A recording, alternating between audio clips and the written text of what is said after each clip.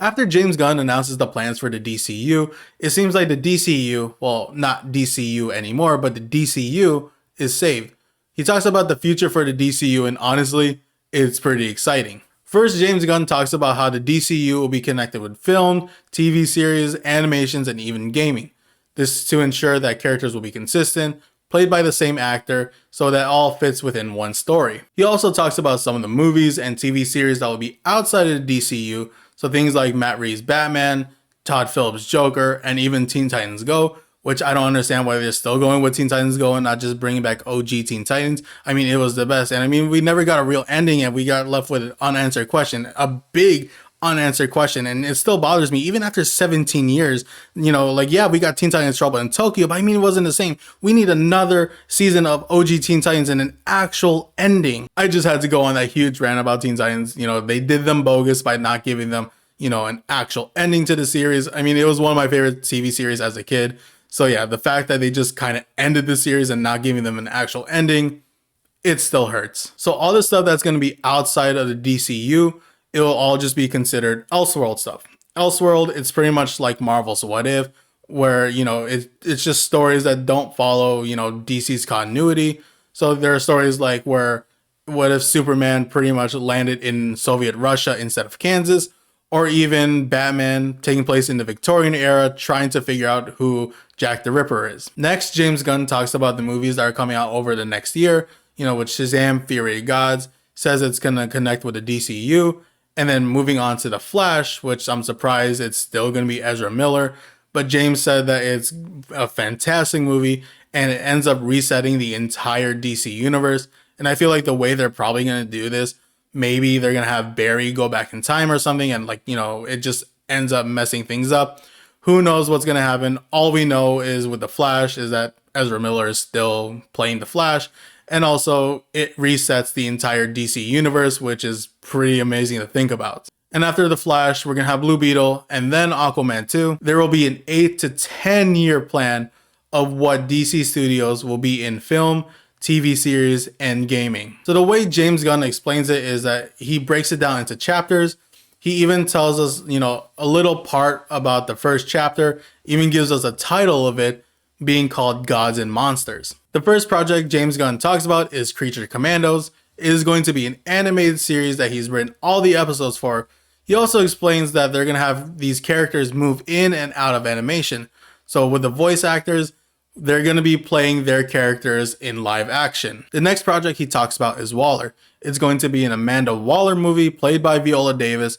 It's pretty much going to have Amanda Waller teaming up with Team Peacemaker. After that, James Gunn talks about the true beginning to the DCU, and he's starting off with Superman Legacy, which he is also writing. And also, we already have a release date for it being July 11th, 2025. So it's coming up pretty close. From what I hear, Superman Legacy has taken inspiration from All-Star Superman, so already that is pretty hype. We are also getting an HBO series called Lanterns. I am super excited about this because we're finally getting Hal Jordan and John Stewart Green Lanterns. But we're not just getting Hal Jordan and John Stewart. James Gunn has said that there are other Lanterns, but he doesn't specifically say Green Lanterns. So does that mean we're not only getting the Green Lantern Corps, but we're going to get the other Lanterns as well? James Gunn also explains that Lanterns is going to be almost like True Detectives, but with Green Lanterns. But he also explains that while watching Over Earth, they discover a terrifying mystery that ties in with the biggest story of the DCU. So honestly, this project is something I am extremely excited about, and I cannot wait to see this. I might even get an HBO subscription just so I can watch this. So the next movie James Gunn talks about is a passion project of his, and he says it is a big movie, and that is The Authority. The Authority is based on characters of the Marvelous Wildstorm characters, which, to be honest, I don't really know much about. So The Authority is about a group of superheroes who pretty much believe that the world is broken, and they will do whatever means necessary to fix it. And with the way that James Gunn was talking about this, just like the way he was saying it, who knows how far the authorities are willing to go in order to fix the world. Another TV series we're going to be getting is Paradise Lost.